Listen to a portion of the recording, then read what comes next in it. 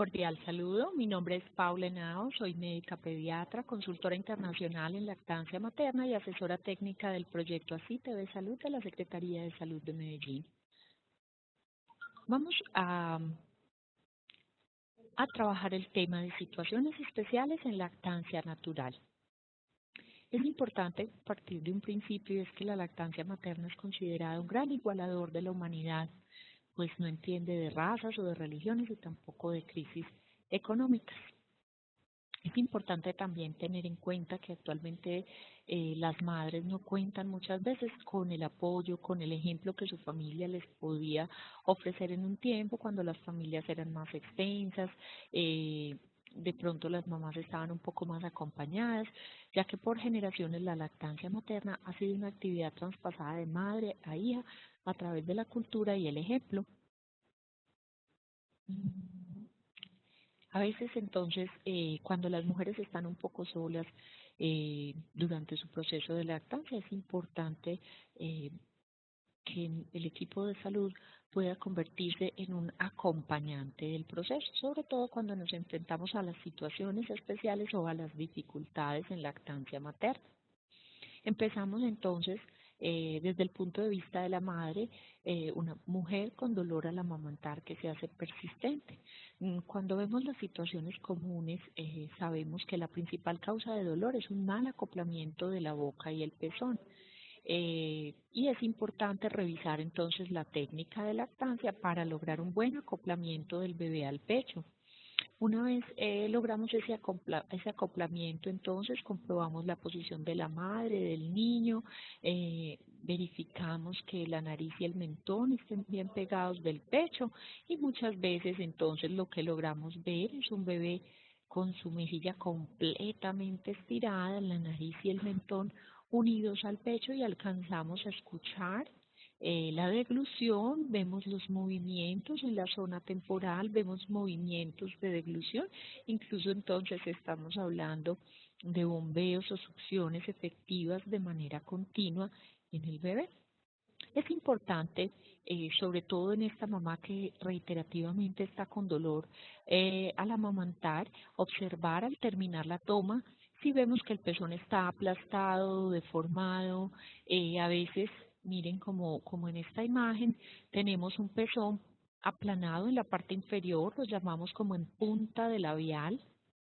porque está largo aquí y plano en esta zona. Eh, También es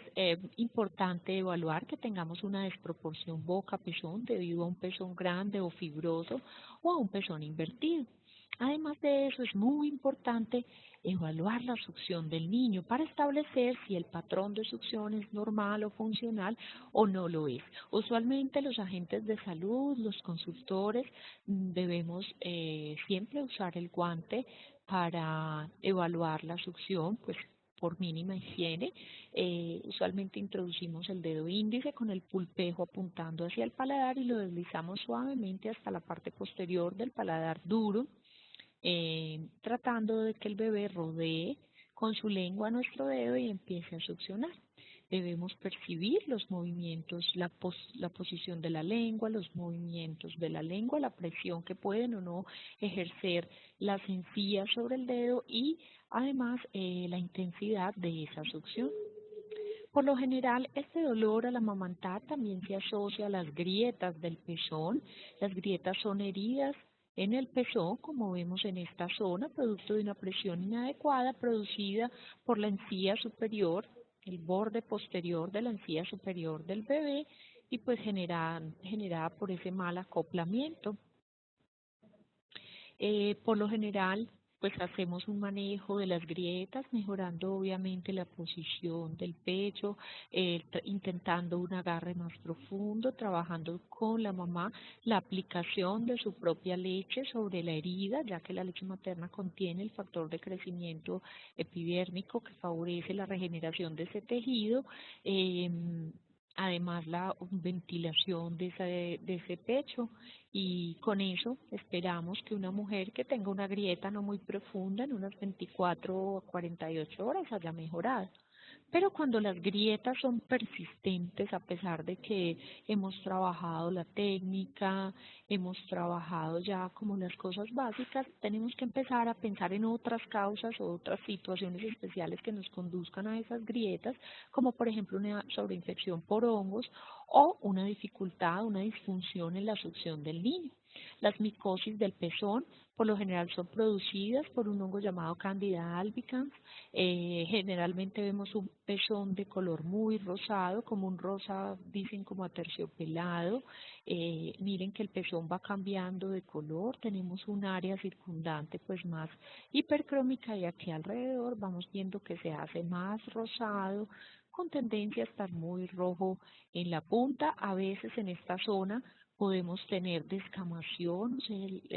pérdida de la piel, podemos tener las lesiones satélites muy características de la cándida, pequeños puntos alrededor. Por lo general ese borde activo puede ser pruriginoso, pero cuando la micosis entonces está en la zona de los conductos o cuando la cándida ya ha penetrado en el conducto, lo que empezamos a tener diferente, digamos, es que la madre puede relatarnos un dolor intenso. Ellas característicamente dicen que es como si tuviera un chuzo caliente que me entra desde la punta del pezón hasta el fondo o hasta la parte posterior de la mama y generalmente puede ser antes y al finalizar la toma. Es muy importante siempre que nosotros tengamos la sospecha de una micosis del área del pezón, evaluar la boca del lactante. Por lo general en el lactante vamos a encontrar unas lesiones blanquecinas, parecen unas natas, y las abuelas los llamaban algodoncillo, nosotros decimos que es un muget candidiásico. Ellas pueden invadir pues todos los carrillos, la mucosa, la lengua, y cuando intentamos removerlas puede quedar un fondo sangrante. También podemos encontrar lesiones en la zona perianal del bebé, por lo general un bebé con una gran irritación perianal y con lesiones descamativas o satélites en esta zona también. Bueno, es importante anotar que cuando tenemos una micosis del pezón o cuando tenemos un muget candidiático, cualquiera de los dos que se haga el diagnóstico primero, es muy importante que se haga el tratamiento al menos por 14 días y se haga tanto en la madre como en el bebé. Y lo otro es que el tratamiento, pues debe ser tópico, pero cuando ya tenemos la sintomatología que nos indica que la cándida está en los conductos, entonces necesitamos también un tratamiento sistémico. En este caso, pues por lo general el manejo de elección o el medicamento de elección es el fluconazol. Pasamos luego a pues a otra situación especial que llamamos el reflejo eyecto lácteo excesivo o RELE por sus siglas. Generalmente sucede luego de que ya logramos establecer la lactancia. Tenemos niños con un llanto excesivo, con cólicos, con distensión gástrica, por lo general pelean con el seno. Nosotros vemos que la madre tiene una gran producción de leche, que esa leche se expulsa con tal fuerza que el bebé empieza a succionar y sentimos que no es capaz de tragar, que se ahoga, se tiene que soltar, muchas veces devuelve o se le sale la leche, entonces pues se tira hacia atrás y llora y pelea con el pecho. El manejo de esta situación que a veces puede entonces producir pues como dificultades en el tracto gastrointestinal y además de eso pues llevar de pronto un abandono de la lactancia, muchas veces pensando o haciendo pensar o que las mamás piensen que el niño está quedando con hambre, que su leche no es buena, que su leche no es suficiente. El problema está más concentrado en el tema del reflejo. Entonces, aunque nosotros siempre recomendamos a las mamás agarre al pecho en forma de C, en estas mamás nos podría funcionar bien el agarre en tijera, o sea, entre los dos dedos, con el fin de bloquear,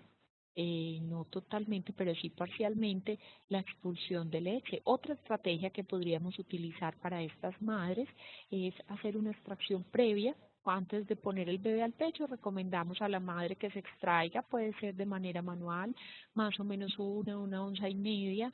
con el fin de bajar un poco la intensidad del reflejo y que el bebé llegue rápidamente a la leche grasa y que de pronto esta salga con menos intensidad. Y la otra estrategia que utilizamos es la posición vertical o de caballito, porque pues básicamente eh, el chorro no va a pegar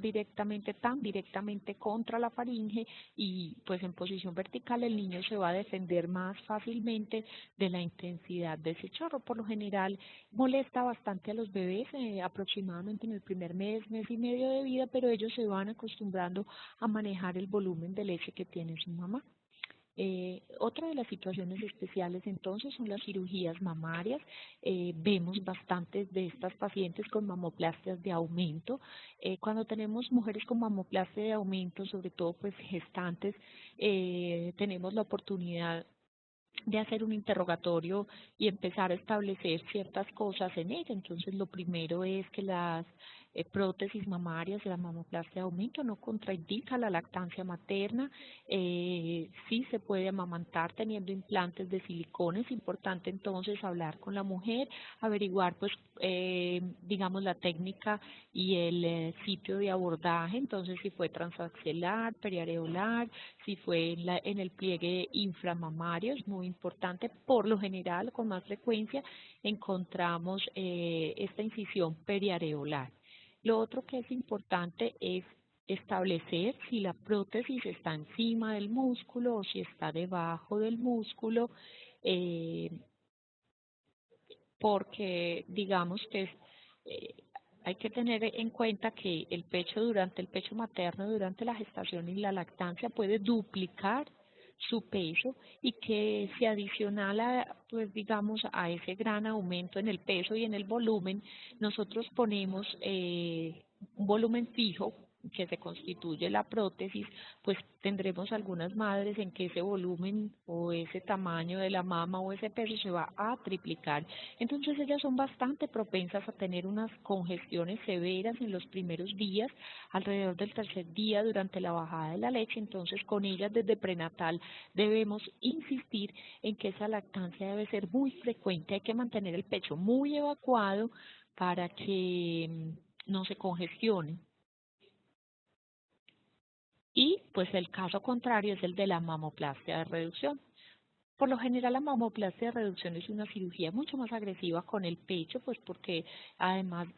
de eso, pues vamos a hacer una remodelación de la areola, entonces se va a retirar tejido periareoral, se va a levantar un colgajo libre de ese complejo areola-pezón que se va a reposicionar. La cirugía pues la incisión es una incisión en forma de cerradura que vemos que abarca pues una zona importante de la mama y la idea es que se va a retirar de manera simétrica tejido graso y pues obviamente mezclado con tejido glandular de ambas mamas pues para que queden simétricas. Entonces en estas mujeres pues lo que le decimos es que su lactancia realmente puede ser incierta.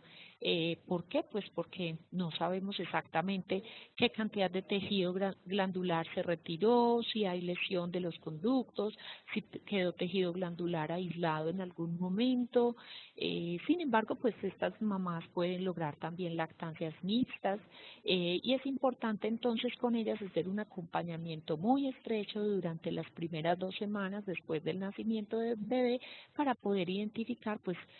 cómo se va a desarrollar la situación y pues realmente qué capacidad de producción de leche puede tener esta madre. Entonces, cuando encontramos situaciones especiales, como les dije al principio, el equipo de salud debe estar comprometido en animar, acompañar, escuchar, sugerir y apoyar a esas madres que de pronto no tienen el acompañamiento social. Ahora vamos a ver ciertas situaciones especiales que derivan específicamente del niño. Entonces empezamos con el frenillo lingual corto. El frenillo lingual corto es una anomalía genética que es poco frecuente. Puede ser el causante de grietas y dolor crónico en los pezones de la madre. Por lo general el niño no es capaz de colocar la lengua de manera correcta sobre la encía inferior para poder extenderla y así lograr amamantarse de manera eficiente, eh, pero pues digamos que en muchas ocasiones eh,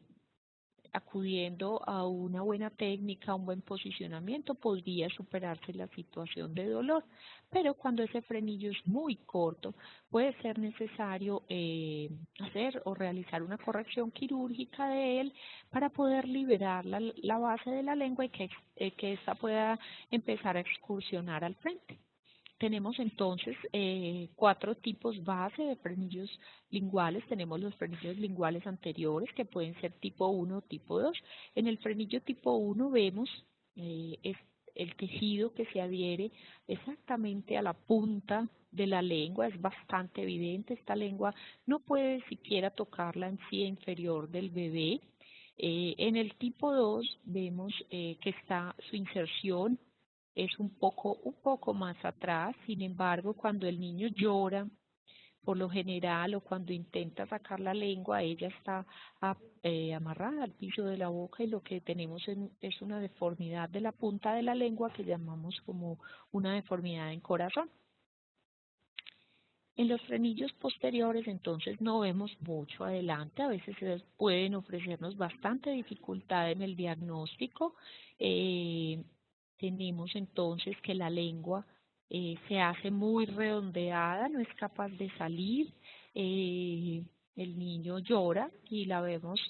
que se alcanza a elevar algo, pero al evaluar la succión, esta lengua presiona contra el paladar y no excursiona. En los frenillos posteriores tipo 4, entonces tenemos un anclaje de la lengua mucho más posterior, a veces no alcanzamos a dimensionar el frenillo bien, y lo que tenemos es que la lengua tiene una deformidad anterior como en cuchara y la parte posterior se apelotona o se hace más gruesa,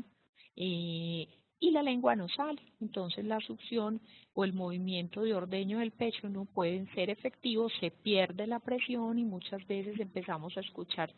chasqueos o el bebé empieza a tirarse hacia atrás, se retira, vuelve y se pega porque no encuentra la comodidad. También tenemos los frenillos labiales que generalmente están en el labio superior y su incisión, eh, su inserción está dada en la mitad de los incisivos superiores generando un diastema, que es la separación entre estos incisivos superiores. Y pues para el tema de la lactancia, digamos, lo que nos dificulta es que el labio superior quede evertido para poderse pegar al pecho. Por lo general él queda enroscadito hacia adentro, entonces se pierde el vacío y el bebé empieza a soltarse, a pegarse, a soltarse, a pegarse o a chasquear bastante mientras se amamanta y lo que vemos es que el labio está eh, vuelto hacia adentro y se pierde un poco la presión de succión. Pues de todos los que vimos, digamos que este puede ser más común, el frenillo labial, por lo general lo que se hace o lo que pueden hacer los odontopediatras es una resección quirúrgica que le permita evertir el labio al bebé y poder amamantarse de manera más eficiente. Este es un caso clínico, este es un paciente, primer hijo, una gestación a término controlada en un primer nivel, sin digamos un bajo riesgo obstétrico, un parto vértice espontáneo a las 39 semanas, un bebé que se pegó al pecho tempranamente en la primera hora de vida. Sin embargo, durante la primera semana la madre presentaba grietas, sangre que se hicieron más profundas, con sangrado, mucha congestión mamaria y un bebé que perdió el 8% del peso corporal al quinto día de vida, que tenía una ictericia importante pues que debido a esta pérdida de peso, esta ictericia, tuvo que ser remitido a otro nivel de atención, estuvo hospitalizado en unidad neonatal con fototerapia, pero en la unidad neonatal poco se pegaba al pecho y se le daba leche materna extraída en biberón y fórmula en biberón. Cuando el niño regresó nuevamente a su consulta, ya había recuperado el peso, ya había pasado la ictericia, empezamos, o la madre consultó porque seguía presentando severas dificultades con la lactancia, en la toma, chasqueaba, se retiraba y si ustedes ven en la foto, pues se le regaba la leche. Él no lograba hacer un sello completamente eficiente y la leche se regaba. Cuando lo vemos llorar, pues observamos, miren, aquí está un frenillo muy evidente, un frenillo lingual anterior que le impide excursionar su lengua. Vamos a mirar la toma y es muy importante escuchar al detalle qué es lo que pasa. Eso se llama un chasqueo. Ese chasqueo nos habla de que no hay un buen sello y que hay entrada de aire. El bebé se desespera, se tira hacia atrás porque no tiene una toma efectiva. Entonces empezamos a evaluar adicional a este tema del frenillo lingual. Bueno, a este chico se le hizo una resección del frenillo lingual y rápidamente superaron la dificultad con la lactancia. Es importante cuando hablamos de otro tema, de otra situación especial que se llama la disfunción motora oral, o sea, una dificultad o una mala función del movimiento de las estructuras de la cavidad oral, tenemos que pensar en cuáles son sus causas. Entonces tenemos causas como la inmadurez, como problemas neurológicos, como dolor facial o, por ejemplo, una mala succión por el uso de chupos y biberones. El primer paso, digamos, cuando nos enfrentamos a este paciente es evaluar el tono y la capacidad de succión y dentro del tono entonces debemos evaluar el tono muscular, si tiene, cómo es su postura en flexión, cómo es su sostén cervical, cómo es su reflejo de succión. Obviamente una succión normal, como hablábamos ahora, debe ser rítmica, segura. La lengua del niño envuelve el dedo del examinador y sobrepasa la encía inferior. Los labios están relajados y no tienden a irse hacia adentro, o sea, apretar la boca alrededor del dedo. Por lo general, entonces, introducimos el dedo índice con el pulpejo hacia el paladar del bebé y presionamos un poco el paladar con el pulpejo del dedo para iniciar la succión. Miramos entonces, es importante reconocer la postura en flexión, es la postura anatómica y característica del recién nacido, evaluamos el soporte y los reflejos de tensión palmar y plantar, reflejo de la marcha automática, reflejo tónico del cuello y reflejo del gateo. Por lo general podemos encontrar entonces, adicional a esto, el reflejo de búsqueda y succión, hacemos evaluación de la succión y pues podemos encontrar un niño con una disfunción motor oral secundaria a un aumento del tono, un aumento generalizado del tono muscular, conocemos como el niño hipertónico, es un tono aumentado en todo el cuerpo. Cuando yo lo tomo por las axilas, por lo general el niño asume una postura rígida como una tabla, los brazos se quedan hiperextendidos, la cabeza muchas veces tiende a irse hacia atrás. Y al examen de la succión, nosotros sentimos que el niño muerde o aprieta el dedo más de lo normal con sus encías contra el paladar duro. Entonces, por eso es que esta madre por lo general tiene una grieta muy profunda y dolorosa. En este caso, entonces, recomendamos la posición sentada o de caballito. Él debe estar frente a la madre en un ambiente muy calmado, en lo posible, pues libre de estímulos fuertes, lumínicos, sonoros, para que el bebé pueda empezar a relajarse. Por lo general, trabajamos un movimiento de punteado suave alrededor de los labios del bebé, luego en las mejillas, tratando de relajar un poco su musculatura facial y posterior a esto vamos a masajear la encía inferior en forma circular tratando de que suelte un poco el tono de la mandíbula. En ese momento entonces se intenta poner el bebé al pecho. También podría servirnos esta posición de balón de fútbol americano o lateral, en la cual el abdomen del bebé está frente a las costillas de la mamá, los miembros inferiores están casi contra la espalda y pues puede estar apoyada en un cojín o en una cobija que ayude a mantener la postura eh, para que la mamá pues no tenga que hacer mucha fuerza con el brazo que lo está rodeando. En el caso contrario, que es la hipotonía, el tono general está disminuido, el bebé no sostiene la cabeza y si lo tomas por las axilas tiende como a escurrirse. El tono realmente de la cintura escapular, de la cintura pélvica es bastante bajo. Al succionar o cuando evaluamos la succión, por lo general la presión es muy suave, nosotros no percibimos que haya una fuerza o una presión ni una fuerza de succión. En algunos casos es irregular, es como un pequeño mordisqueo y por lo general, como el tono está bajo y la mandíbula tiende a caerse, entonces la leche se escurre por las comisuras labiales. Es un bebé pues realmente bastante difícil de alimentar, por lo general en hipotonía. Entonces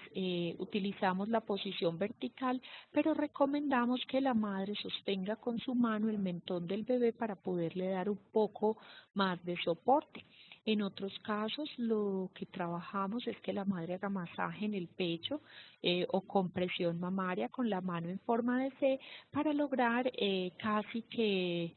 hacer una extracción manual directamente a la boca del bebé. Y en estas mamás que definitivamente su bebé no tiene una fuerza de succión, que muchas veces trabajamos la succión no nutritiva, el apego, la coordinación, succión, deglución, respiración, pero que realmente el tema nutricional se queda un poco rezagado porque realmente el bebé no alcanza a extraer lo que necesita para poder compensar pues su ganancia fondo estatural, pues es importante trabajar específicamente con esa madre el vaciamiento del pecho mediante extracción manual o mecánica, ofreciendo esa leche al niño pues con taza, con jeringa o con un suplementador para que logre llegar a la parte grasa y pues la madre mantener la producción, porque esa falta de estímulo obviamente pues el bebé no va a consumir los suficientes alimentos, va a perder peso y la mamá que no tiene estímulo o se va a congestionar a riesgo de tener una mastitis, pero también se va a desestimular la producción. En los niños con síndrome de Down, que digamos que podrían hacer parte del grupo de pacientes con hipotonía, entonces la lactancia natural es bastante importante porque estamos hablando que en ellos brinda una especial protección contra infecciones, en cuanto a problemas del intestino, pues porque el establecimiento de esa flora intestinal básica va a ser mucho mejor y entonces vamos a tener un colon más funcional. Por lo general, ustedes saben que los niños con síndrome de Down tienen una macroglosia y que a veces les dificulta la coordinación de la deglución, entonces obviamente este niño que logra ponerse al pecho va a tener una mejor coordinación de la boca, la lengua, mejor coordinación, succión, respiración, deglución y obviamente pues un estímulo directo a partir del contacto físico estrecho con su madre, lo cual también va a reforzar el vínculo afectivo entre ellos. Es importante entonces dentro de las opciones para alimentar a un niño con síndrome de Down que es incapaz de tomar el pecho, porque además de eso ustedes saben que ellos pueden tener cardiopatías congénitas bastante importantes que no les permitan alimentarse, pues lo primero es tratar de buscar una posición cómoda. A veces es que la madre haga una muy buena extracción de leche materna para dar la leche final al comienzo, buscando pues digamos una carga calórica más alta y esos ácidos grasos de buena calidad que él necesita para ganar peso, para protegerse de las infecciones y pues por ejemplo llegar a un momento quirúrgico mucho mejor preparado. También se pueden emplear los suplementadores, hay algunos de tipo casero como este o algunos comerciales, pero pues básicamente lo que se busca es poner una sondita pegada al pecho de la mamá y que en la medida en que el bebé estimula el pecho, la leche también va pasando un poco por gabaje y él se va alimentando. Cuando el bebé es capaz de pegarse al pecho, utilizamos esta técnica conocida como la mano de bailarina o mano de dancer. En ella pues simplemente se da el agárrense que siempre trabajamos, pero con el dedo índice la mamá sostiene la barbilla del bebé para estimular que se mantenga en la posición adecuada y adicional a eso que degluta la leche que ya tiene en su boca. Encontramos otro tipo de disfunción motor oral, que es la más frecuente, la secundaria al chupete o al chupo entretenedor. Por lo general es un niño con un examen neurológico normal, con un tono normal, pero al evaluar la succión nosotros encontramos que el niño muerde el dedo del examinador, que tiende a empujarlo hacia afuera con su lengua y que su lengua no es capaz de envolverlo porque el mecanismo para el biberón o para el chupo entretenedor es bastante diferente al mecanismo del pecho. Entonces en esta imagen vemos que el pezón penetra profundamente hasta el final, hasta la zona confortable, donde termina el paladar duro e inicia el paladar blando. Vemos que la lengua hace un movimiento anterior que excursiona al mismo tiempo que la mandíbula, decimos como si fuera una pala, pero vamos viendo que de la zona media a la zona posterior tenemos un movimiento peristáltico que acompaña el trago hasta el final de la lengua, casi hasta donde inicia la epiglotis. En cambio, pues en este mecanismo, el mecanismo cambia cuando es el chupete del biberón, la lengua se va hacia atrás y pues la fuerza se ejerce sobre la zona del paladar duro empujándolo hacia arriba, igual que con el chupo entretenedor. Y los labios no están hacia afuera, sino que presionan suavemente la tetina o el chupito o el borde del chupo entretenedor, lo cual pues hace que el mecanismo de succión sea completamente diferente. Cuando este niño se va a pegar al pecho y no es capaz de sacar la lengua, pues no es capaz de extraer la leche que está de la base en el tejido glandular que está de la base del pezón 3 centímetros hacia atrás. Entonces empezamos a tener esa disfunción y pues el bebé ya no acepta el pecho, se retira, las tomas son ineficientes, queda con hambre y muchas veces lo que tenemos que hacer es empezar a trabajar en una terapia para aflojar otra vez el músculo orbicular de los labios, para que los labios puedan evertirse. Empezamos a trabajar una terapia de succión para tratar de devolver el movimiento de la lengua, que la punta de la lengua sobrepase la encía inferior y así poderlo readaptar nuevamente al pecho de la mamá. Podemos utilizar la estrategia de alimentación conocida como sonda al dedo. Se hacen masajes con el dedo índice que apunta el pulpejo hacia arriba, un poco de presión sobre el paladar del niño y se va retirando lentamente con el fin de que la lengua acompañe la excursión del dedo y durante ese movimiento se va virtiendo la leche con la sondita en la boca del niño para simular que estuviera haciendo una toma al pecho. Como el niño va recibiendo la leche, entonces digamos que él sujeta el dedo y lo va envolviendo lentamente y lo que queremos es que retome el patrón funcional para el amamantamiento. Podemos tener otro tipo de problemas anatómicos de la boca del niño. Sabemos que la extracción de la leche se hace por masaje y no por succión. La lengua es la que hace el masaje. La succión mejora el apego, nos genera menos rechazo, nos genera un vínculo mucho más estrecho, sobre todo de una madre con un hijo que tiene algún tipo de malformación en su cavidad oral. Hay condiciones del niño asociadas con dificultades para la succión de glución eh, y encontramos que en el uso de anestésicos o analgésicos intraoperatorios, madres con partos o cesáreas bajo anestesia general, por ejemplo, tenemos neonatos con una succión completamente ausente o disminuida, tenemos las hipoxias perinatales, la prematuridad, la trisomía 21, 13, 15 y el hipotiroidismo congénito que ya nos traen niños con succiones realmente lentas e inefectivas. Tenemos la población de niños con labio y paladar hendido. Sabemos que en estos niños la leche materna pues es mucho menos, es un líquido mucho menos irritante, menos agresivo, tenemos menos infecciones de oído. Ustedes saben que muchas veces cuando existe esta solución de continuidad entre la cavidad oral y las fosas nasales o la cavidad nasal, pues el niño tiende a devolver la leche por la nariz y pues la leche materna digamos que puede ser menos irritante para él. Adicional a eso, que si logramos hacer unas tomas efectivas, se va a estimular mucho más el desarrollo de las estructuras de la cara y de la boca de este niño. Adicional pues al tema de recibir inmunoglobulinas, de recibir células del sistema inmune de la madre, que van a hacer que este niño esté menos expuesto a las infecciones del ambiente y pues mejor preparado para enfrentar un proceso quirúrgico que por lo general es largo y repetido. Cuando tenemos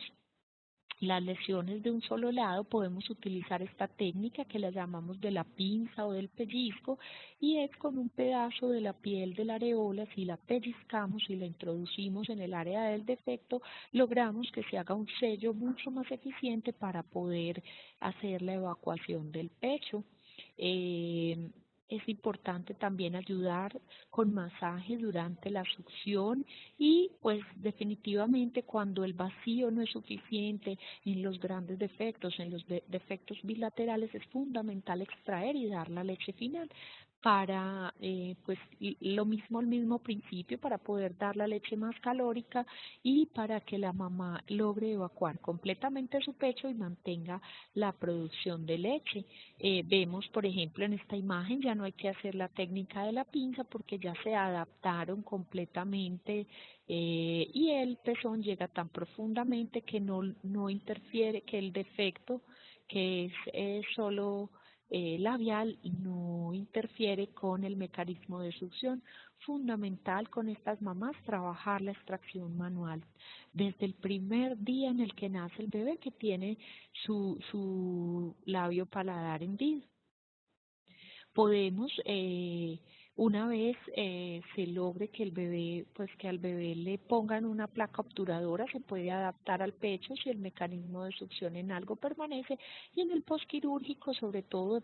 pues de pronto los niños que ya han recibido biberón en algún momento, uno podría trabajar este mecanismo de succión con esta jeringa al dedo, que es una jeringa de punta jet. Simplemente se va haciendo el mismo ejercicio, o con sonda al dedo, como habíamos visto anteriormente. Entonces, aún para los niños con dificultades, en las madres con dificultades, tenemos leche materna en los prematuros, en los gemelos, en la mamá desnutrida, en la mamá negra, en la mamá blanca, y decimos que la leche materna es un milagro de amor universal. En este momento voy a compartir con ustedes este documento que es de OMS y UNICEF.